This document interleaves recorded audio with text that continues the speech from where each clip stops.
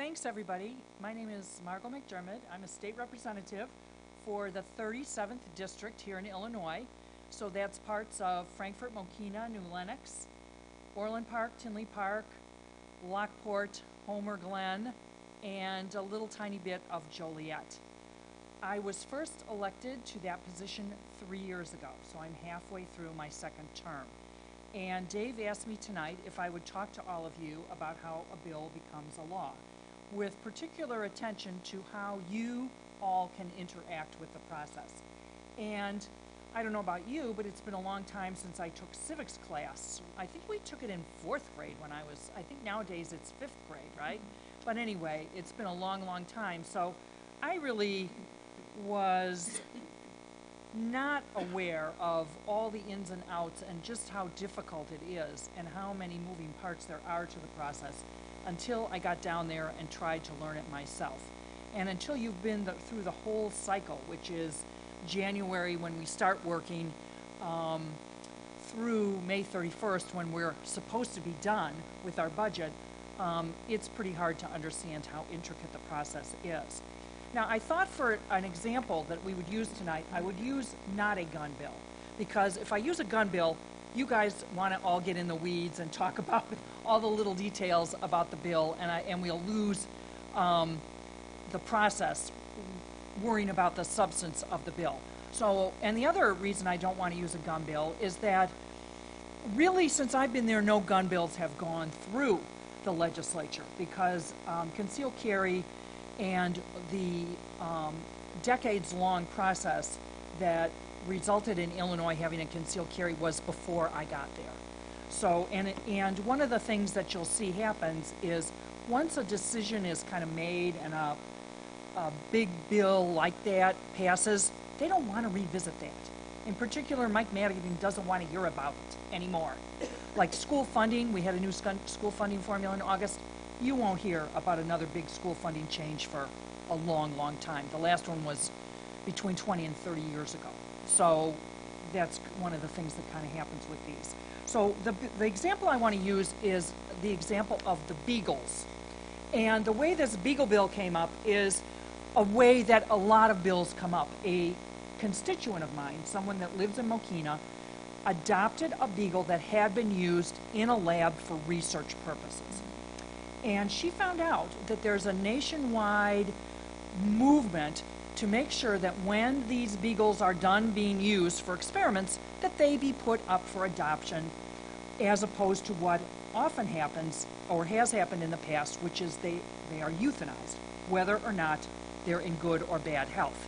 And so there was a bill called the Beagle Freedom Bill that she asked me to bring. So I said, okay, Sandra, you're a good friend of mine. I've met Francis, your Beagle. I'll bring this bill. So the first thing you do when an idea comes forth, and this is a way that you can all interact, is come to me or to your representative and say, here's a really good bill, Margo. I want you to bring this. An example that came forward last year was, can active duty military have the same concealed carry permits that an Illinois resident has when they're in Illinois, which right now they do not have under our concealed carry bill. I did bring that bill last year. It went exactly nowhere. But, you know, don't be shy. Bring me some bills on guns or any other topic. Beagles, whatever, zoning, whatever might be an issue that's on your mind. So an idea comes forward very often from a constituent or sometimes from a headline. Here's another bill that I'm going to bring. Did you know that you can't bring sunscreen to school? It's on an FDA-controlled list. So your child or your grandchild cannot bring sunscreen to school. So I don't think that's a very good bill. For someone that's melanin challenged like me, I think that we should have sunscreen in school. So I'm going to bring that bill. So, you know, ideas come from anywhere. That's the point. It could come from you, from the rep themselves, from an industry or an organization like the NRA or the ISRA.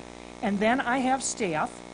There is staff in Springfield that will write the bill up in proper bill language. And then once it's written up by them, and it really has to go through them, you can file it. The usual time for filing bills is January, but there's nothing to say that you can't file a bill any time of the year. There's no real prohibitions on that. We did see some new bills, for example, this bump stock bill that we were talking about earlier tonight that was filed during veto session, or the new resolutions and bills about sexual harassment that all of a sudden came top of mind when we had a senator doing what he shouldn't have been doing to an Illinois lobbyist. So that was also filed in veto session. So usually bills are filed in January because we usually are working January to May, but you can file it any time of the year. There's not any prohibition on that. So don't be shy, bring forward your ideas. And then all the bills go to Rules Committee. Now, you wouldn't really think that that was much of a deal, but in the state of Illinois, Rules Committee is everything in the Illinois House.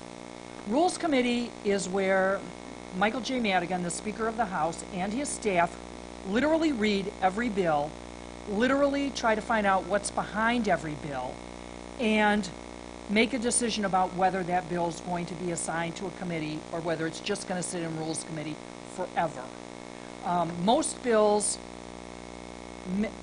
many bills, and all Second Amendment bills, really, and any bill that the governor wrote or that Jim Durkin wrote, or any bill with regard to workers' comp reform or ethics reform or government transparency will never be let out of Rules Committee.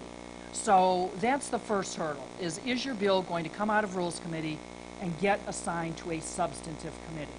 I should have looked up how many committees we have, but there are quite a few. I'm going to say 60 or 70 different committees in the House. So there's Transportation Committee, Healthcare Licenses, Judiciary Criminal, Judiciary Civil, what are some of the other ones? Financial institutions, all sorts of committees to deal with all the different issues. Human Services Committee, Education Committee, Higher Education Committee. So depending on what your bill deals with is where it would be assigned. Now, what happened with the Beagle bill, it did come out of Rules Committee, and it did get assigned to Higher Education Committee, because guess what? Much of the research that's being done on animals in the state of Illinois is being done by our universities. We do have corporations, pharmaceutical corporations in our state, which also do research with animals, but a lot of it is being done by the universities, and they really hate, and I didn't find this out until I filed the bill, hate anybody interfering with their ability to do as they want to in their laboratories. It was the opposition that was created by filing this bill with the universities was quite large. And so that brings us to the next step, which is when your bill is assigned to committee, then it will get a hearing. And so what happens at the hearing is people will come and testify for or against the bill. In this case, the universities are about how this is going to suppress development of new drugs. It would impact in a negative way our ability to create new drugs. And they named off many drugs that were benefiting all of us, that were created using animal research, and so on and so forth. And some of the folks from the Beagle Freedom, which is a national organization, came and with their beagles, which were not allowed into the building, but were photographed outside, and came and testified as well. And the bill did not come out of committee. The thing to know about committees is that there are more members of the majority party than the minority party on all the committees. And so the other thing you need to understand about the majority party in the state of Illinois is that they do as instructed. We Republicans are a little wilder. We do not have that much control, notwithstanding what people may say about us. We are kind of free agents, and it's like getting us to agree on anything is like herding cats. Democrats do what they're told to do. So if they're told not to let the bill out of committee, they don't let it out of committee. And so that's what happened with the bill the first year. So another thing you need to understand is that just because it fails one year, bring it back. We know this from concealed carry.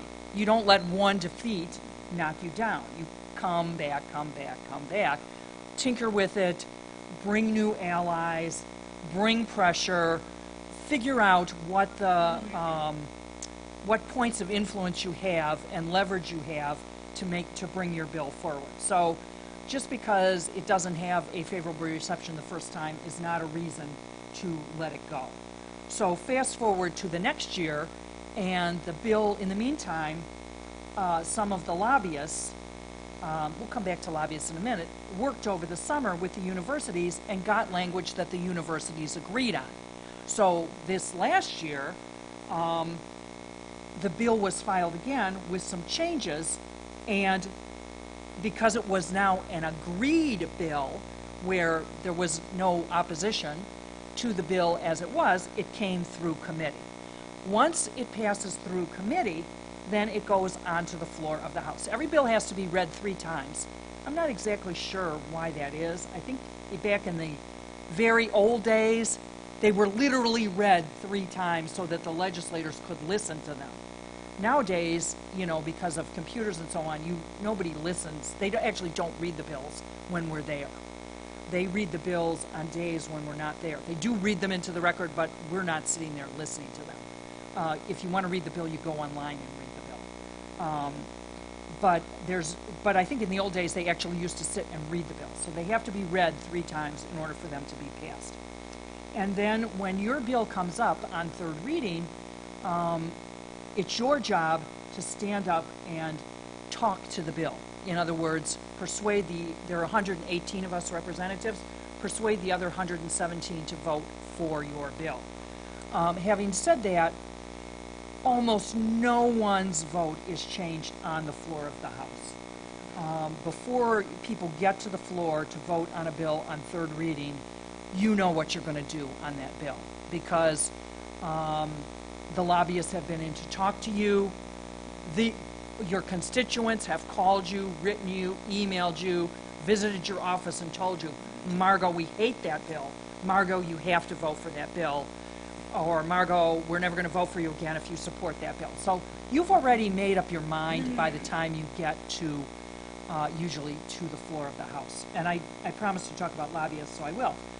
One of the jobs of the lobbyists is to run around and make sure that the 118 people know what's coming up that's important to their constituents. The lobbyist for the ISRA right now is, I think, Ed Sullivan, right? If I'm correct, Ed Sullivan, who used to be a rep. And so it's Ed's job to find out how all 118 people feel about this particular bill, and they take they'll take a tally. They'll have a list of all the 118 names, and they'll be like, McDermed, yes, McDermed, no, Batnick, yes, Batnick, no, so that they know. So they'll have a roll call going in. Most times before a bill is called for 3rd reading, the sponsor knows what's going to happen with that bill. You don't just call it on a whim and a prayer hoping that somehow by some miracle it's going to pass. You have the other proponents of the bill, or else it's something like sexual harassment. Well, there's nobody in the floor that's going to vote no against having more assurances that there cannot be sexual harassment of people in Springfield. So some stuff like that. But any kind of a gun bill or something like the Beagle bill, you want to have your roll call ahead of time so you know what's going to happen. It might get voted up, or it might get voted no. If it gets voted up, then it goes on to the Senate. And just like bills can be filed for the first time in the House, a bill could originate in the Senate. And what happens a lot of times is the same bill is filed in the House and the Senate, so that you have 2 chances of getting that bill through, because it might go faster in the Senate. Their committee might be faster. It might get to committee faster. They might have more favorable testimony, the timing for the testimony of the hearing in the Senate might be better, so that it just moves quicker. Or sometimes the House version might move faster. If you have a fair amount of clout and you really feel strongly about your bill, you try to file it in the House and the Senate, So that way you've got twice as much opportunity to get that thing going and get it moving. Because if you can get it through one house, then you have a better chance of it getting through the second house.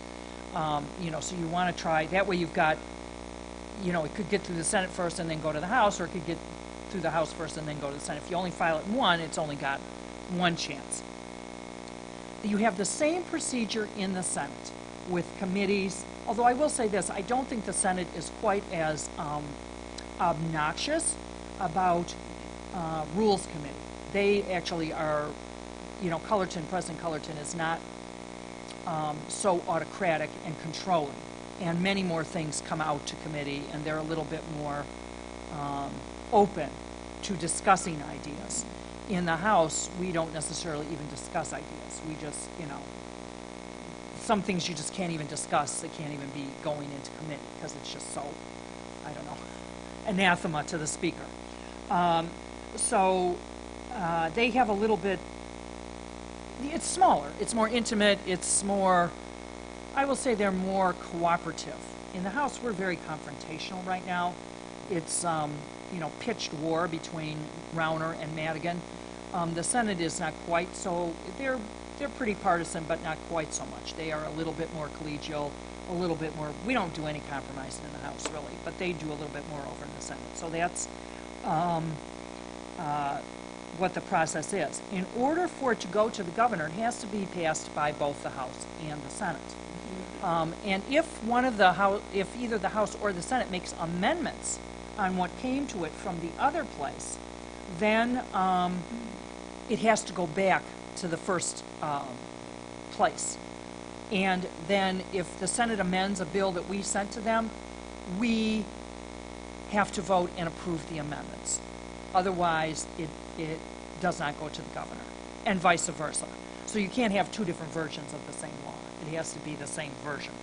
And that's another way that you can get different shenanigans going on. You can put unfriendly amendments on.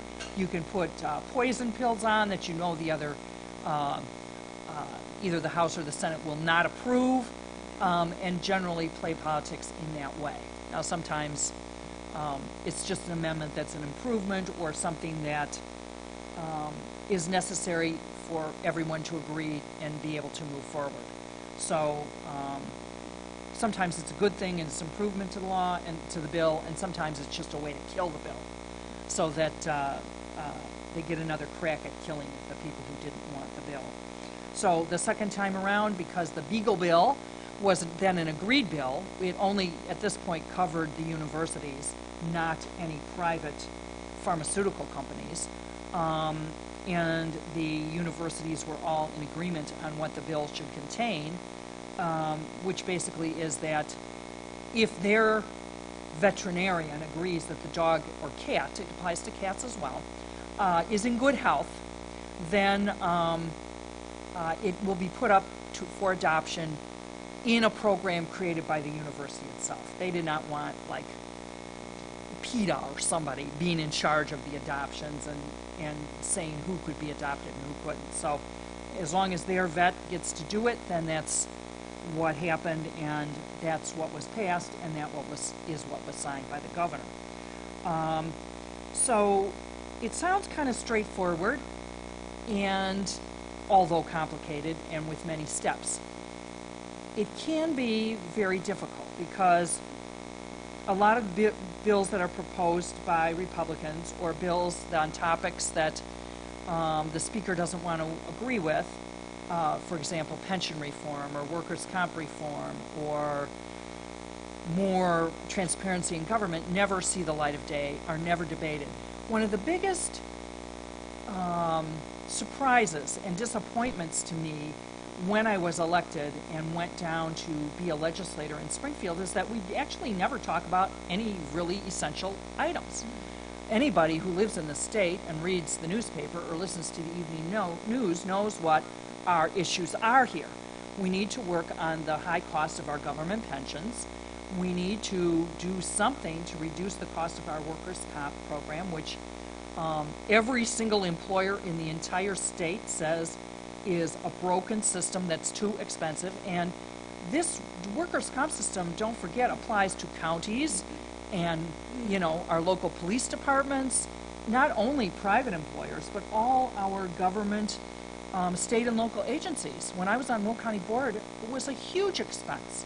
Millions and millions and millions of dollars a year spent on workers' comp. So, you know, if we could reform that, that would help. That would reduce our taxes, our tax burden from our local taxing districts, and it would help bring more jobs. But we're not ever allowed to talk about that. Pension reform is huge. 25% of our tax dollars right now are going to pensions, to pay state employee pensions. That's not sustainable. I understand about the Illinois Constitution, and I understand about promises that were made to workers, but it's not possible to collect enough taxes to pay for these pensions. So we have to figure out a way to move forward, just like private employers did. You know, they worked with their unions, and they figured out a way that everyone could move forward into the 21st century, and we're going to have to do the same thing. And there are many good ideas. You would think, if you read the paper or watch the evening news, that nobody in Springfield has actually come up with any ideas or solutions. But that's not true. There are many, many bills filed in Springfield to try to, you know, bring some changes or improvements or ways to reduce our pension liabilities or to change our workers' comp system. It's not only the costs in the system, but it's just the intricacy of the system that it takes so long that makes it very expensive as well. There are many bills trying to address those issues that never see the light of day. So I would like to see us work on essential things and not nice to have things. I mean, you know, having beagles that are used for research be adopted is a good thing. It's a nice thing. Is it essential for the welfare of the state of Illinois? No. So I would like to be able to say that I've been working on pension reform, that I've been working on workers' comp reform, that I've been working on making Illinois more business friendly with our tax environment or our, you know, the many, many layers of regulation. But, you know, that's just not what we're doing down there. So what else can I tell you? Do people have any questions about the system? There's got to be some questions out there. Yeah, there are a lot of term limits. The question was, what about term limits? There are many bills with respect to term limits out there that have been filed that are sitting in Rules Committee that have not come out. Yeah, I think in one sense, you know, Mike Madigan always says, well, there's a term limit every 2 years. There's an election every 2 years. Well, yeah, but if you've given everybody in your district a job, it's kind of hard to see where that's going to go. Having said that, 25 members so far of the Illinois House are not running in a year, in the next year. 25 members, 13 Republicans and 12 Democrats are not running. So that's, you know, out of 118, 25, somebody that's better at math can tell me, but that's approaching, you know, that's a fifth that's of the people. So there's some turnover for you. That'll be interesting to see. David.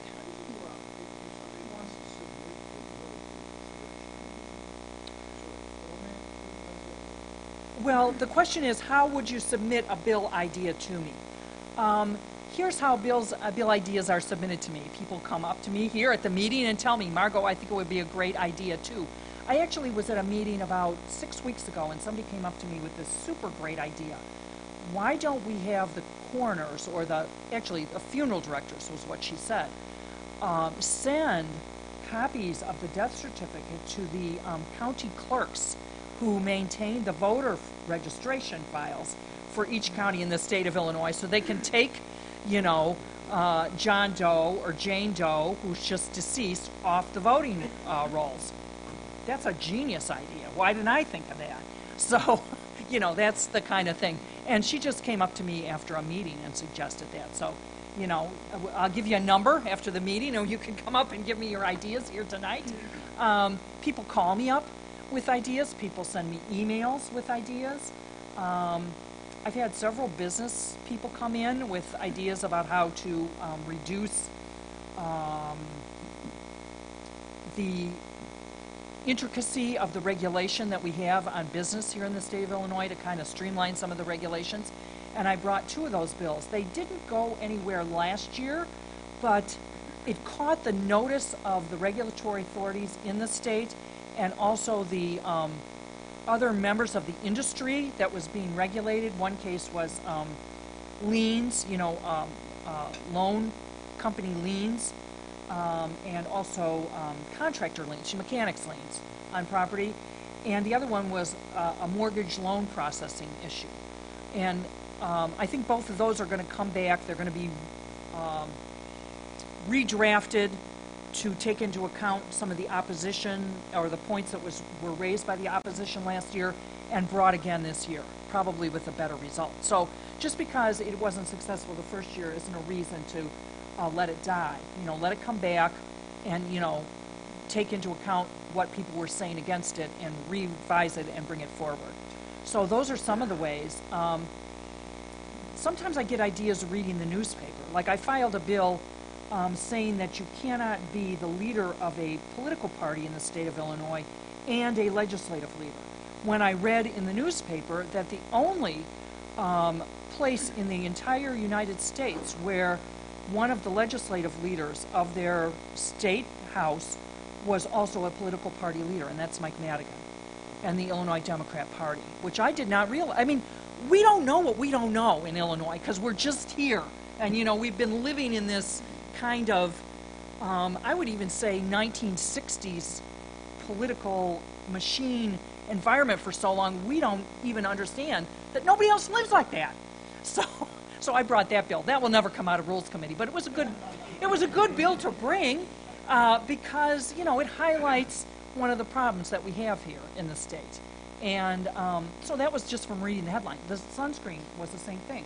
Maryland just passed a law saying that you can bring sunscreen to school, and I was reading that in the Wall Street Journal one day, and I'm like, well, what's the story in Illinois? And I find out we don't permit our school children to bring sunscreen. So, that bill's being written right now. So it's pretty easy. There's a question all the way in the back.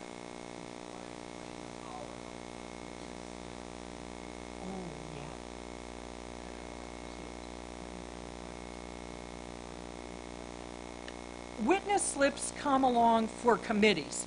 So when you find out that a bill you're interested in is in committee, or when ISRA finds out that a bill that they're interested in is in committee, they're going to put out, an email blast telling people to slip in. And you can go online and file the witness slips. And it is very important because they are read into the record. All of them will be part of the record of that hearing in that committee hearing.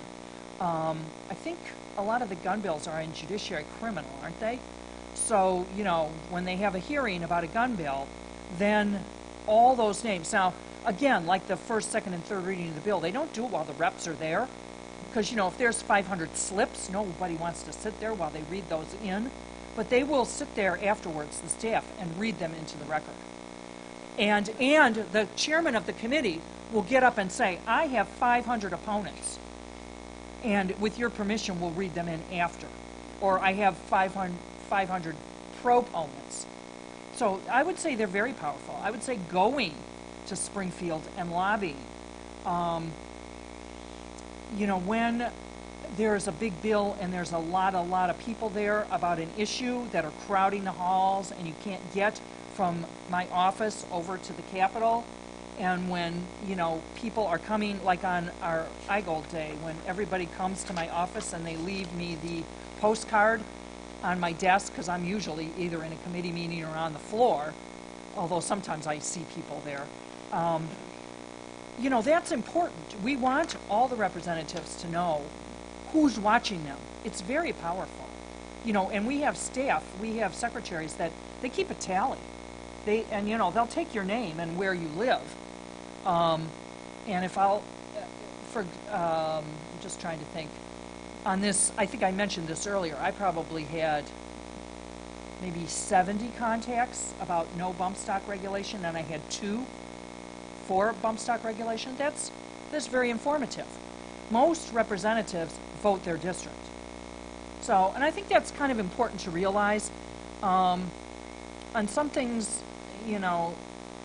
people don't. They will vote according to what the party tells them. But in many things, representatives do vote their district. So it's very important for them to understand what their district is telling them. You definitely want to be the squeaky wheel for sure. Yeah.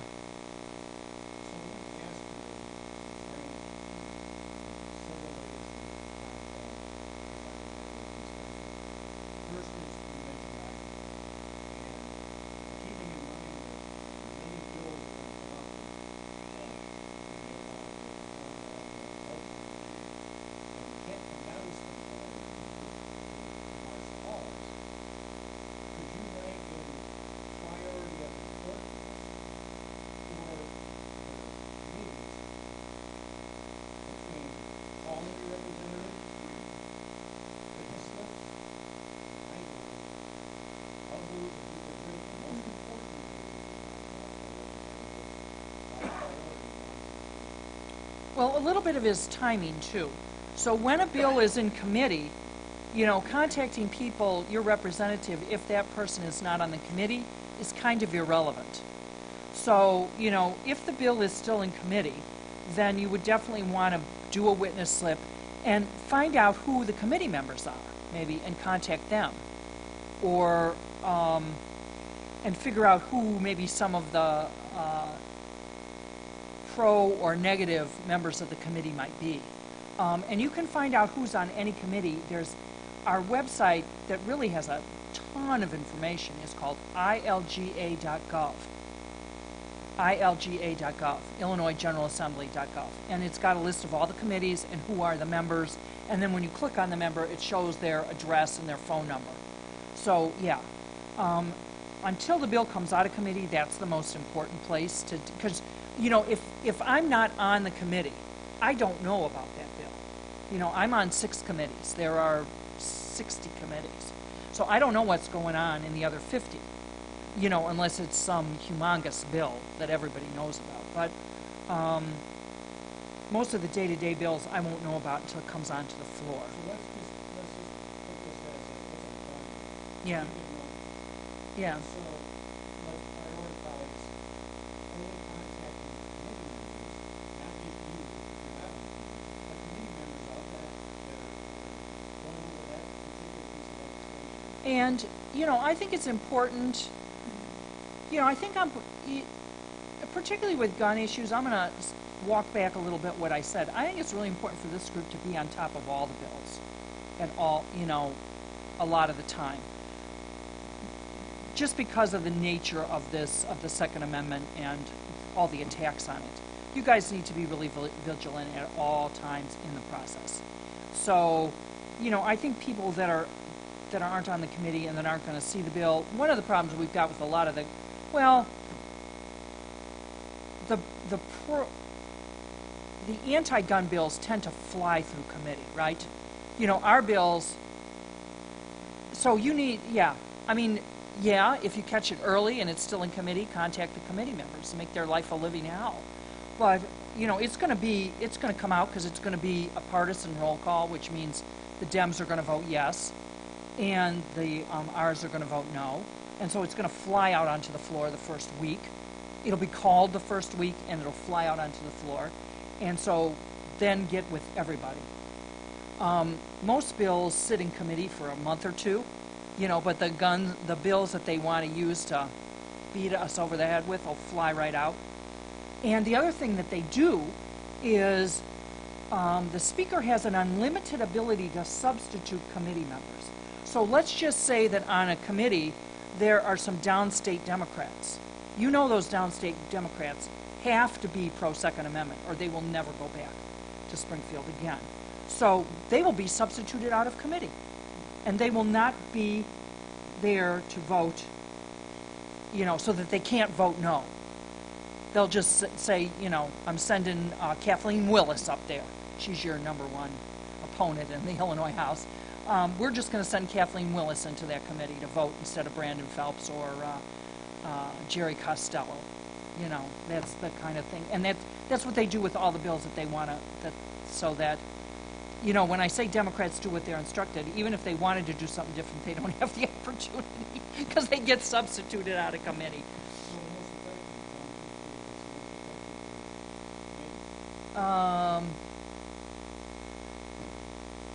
Do all of them. What's most effective? I think probably...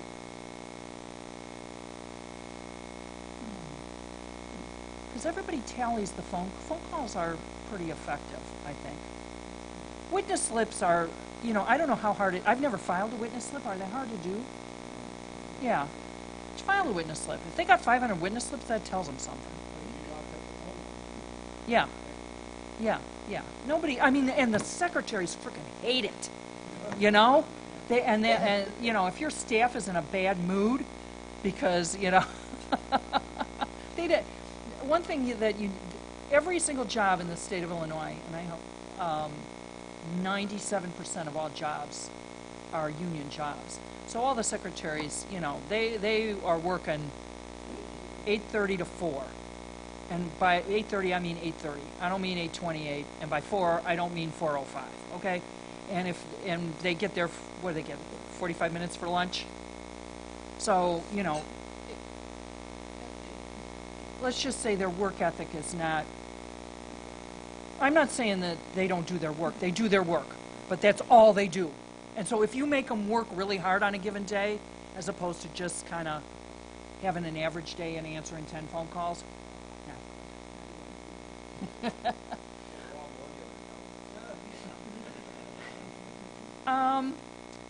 you know, it's an interesting thing. No, there's not a lot of, they're union jobs, and it's all seniority, so our secretaries skew older. I mean, there are some young women, but, you know, one interesting thing about Springfield is people who tend to work in politics, even though we have many, many, many young people and many, many millennials, they're all there because they want to be there. Whether they're a Dem or they're a Republican, they're passionate about politics. And it's very difficult to get those jobs. You don't get any of that. I mean, they're all just like representative, representative, representative. What can I do for you? I'm talking about staff now, not the secretary. Staff that work for, you know, Jim Durkin or Mike Madigan. They are like tigers. So I'm a little bit insulated from that whole millennial thing. And the secretaries tend to skew. They're in their 40s and 50s. So make them answer. David, another question. I don't quite understand veto section, because in the veto section, I've seen it introduced with it. I don't quite grasp what the veto section. Well, the governor has so much time after the bill is passed to act on it. Usually he has to act within 60 days or it becomes law. So the veto session is scheduled after, 60 days after, it's usually scheduled in October or November, for us to act on things that we might want to override, things that the governor vetoed. But you'll notice this time in particular, we had some bump stock bills. We had a number of provisions with respect to sexual harassment. We'll come back to that in a minute. And I'm trying to think if we had anything else that was... There were several other things that were promised but didn't materialize.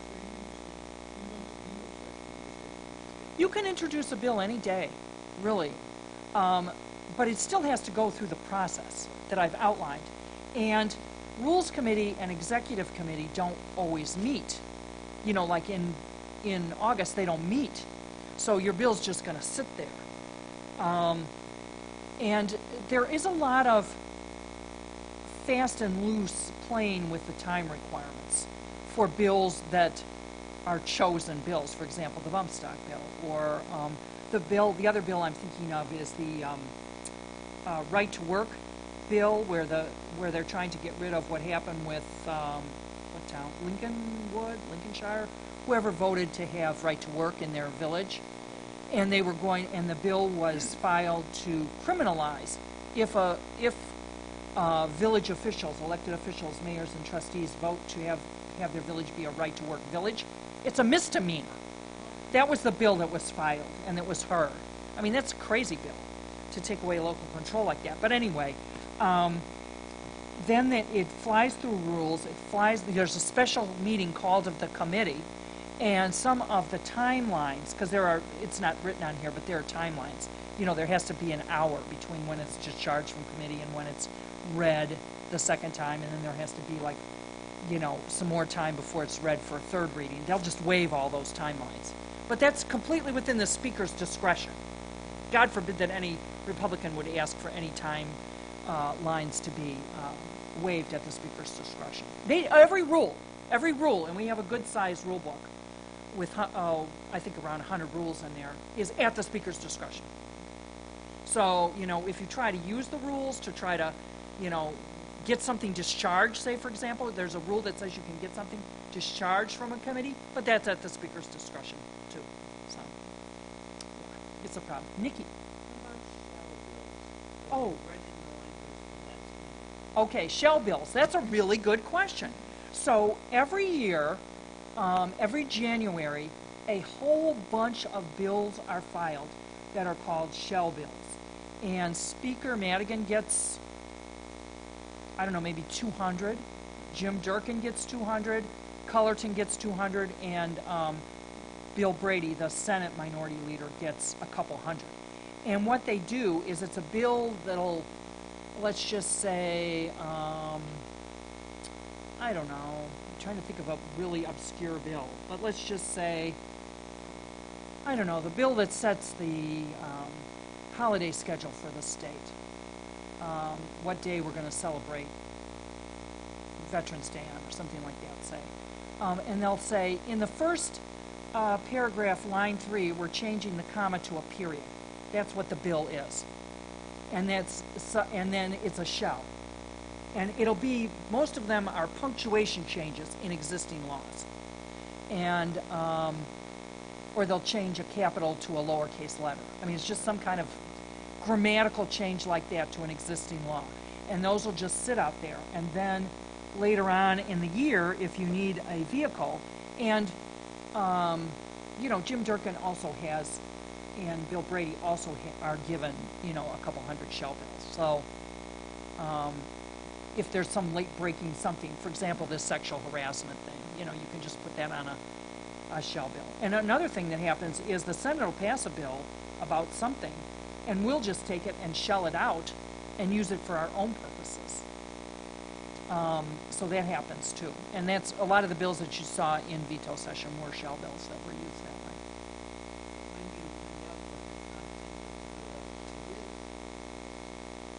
No, you get, when it's, when House Floor Amendment number 1 is filed and you look, and then, you know, you get a chance to read it, but sometimes you have like an hour to read it, and it might be something complicated.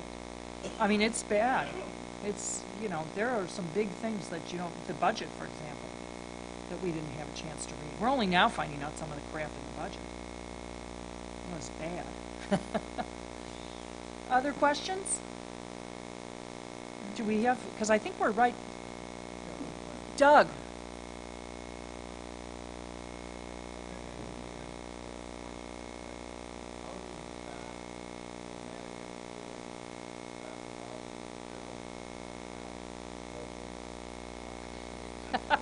All right, the question is, how do we stop the procedure we have now with the leader really not permitting bills to come out? Well, we complained about it so bitterly last year when we adopted the rules that he let out an avalanche of bills. Now, no bills about any of the really important topics like pension reform or workers' comp reform, but he let out a whole bunch of bills because we just complained so bitterly and at such great length on the record about how Rules Committee didn't let anything out, that he let out, you know, all the bills at once. So now you have to be at like 5 committee meetings at once, you know, to present your bills in front of these committees. But of course, then he told the committees, don't let any of the bills come out of your committee. Assign them to a subcommittee. So yeah, I didn't even talk about subcommittees. So the committees can form subcommittees. And if your bill is ever assigned to a subcommittee, that means your bill is assigned to the trash can. So this year, really a lot of Republican bills came out of Rules Committee and got assigned to subcommittee. And it made us so damn mad that, remember when I don't know if anybody paid any attention, but Mark Batnick didn't vote on any bills for like a month because he was like on strike because of that behavior. And I went a whole day and didn't vote on any bills. And that was why, because all our bills were just assigned to a subcommittee. So the whole, what's the right word, oppression or suppression of Republican bills moved from Rule Committee to all the committee subcommittees. So it's just like it's whack-a-mole. You gotta, it's complicated, people.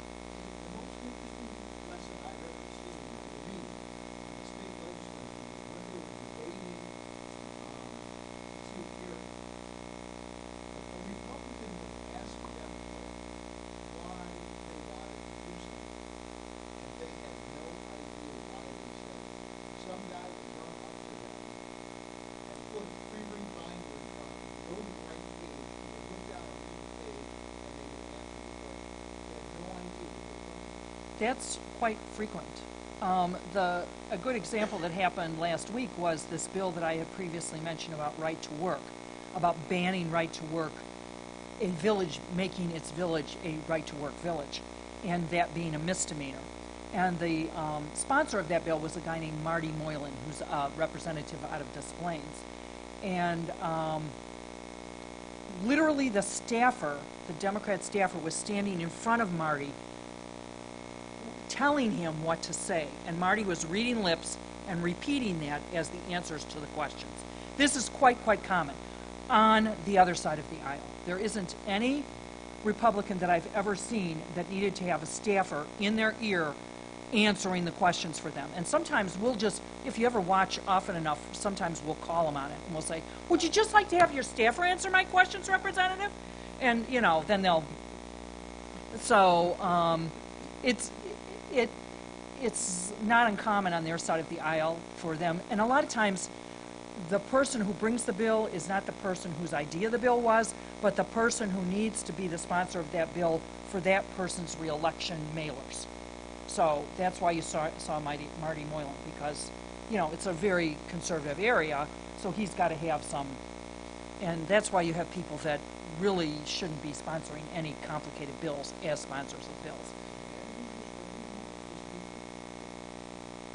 He has a lot of staffers. Is Madigan writing the bills?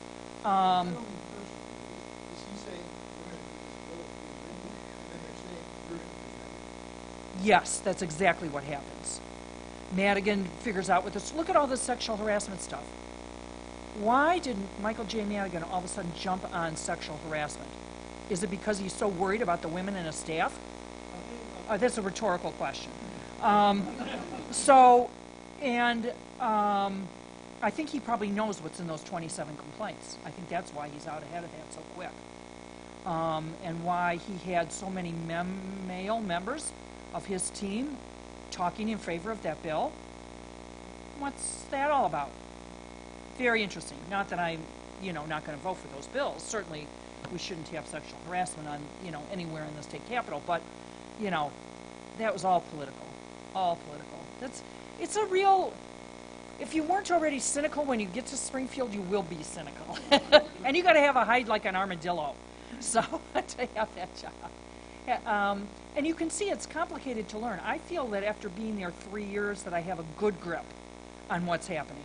And I think it's taken me 3 full years to really feel completely comfortable with all the ins and outs of the bill process, the committee process, the debating on the floor process, the negotiating behind the scenes process. There's a lot to it. And who are the players? Who can help you? Who's sincere? Who's going to hurt you? It's a lot of moving parts. It's very complicated. There's a lot of power, a lot of people, wanting to keep that power or take your power. It's not for the faint of heart. Thank you for having me. I'm always happy to answer your questions.